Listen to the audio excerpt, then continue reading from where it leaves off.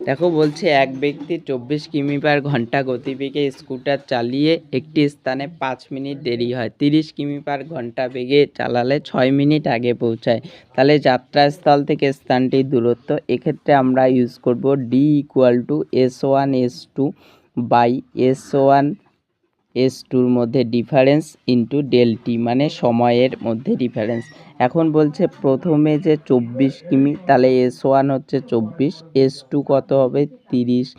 আর S1 minus S2-র মধ্যে পার্থক্য 30 থেকে 24 বিয়োগ করলে 6 ইন্টু ডেলটির মান দেখো, প্রথমে 5 মিনিট দেরি হয় -5, পরে 6 মিনিট আগে পৌঁছায় +6, এদের মধ্যে পার্থক্য দেখো 6 আর 5 কত হবে 11 মিনিটে রয়েছে। এটাকে ঘন্টায় পরিণত করলে 60 দিয়ে ভাগ করতে হবে, 2 দিয়ে কাটাকাটি করো, 4 6 24, 2 2 4, তাহলে 11 2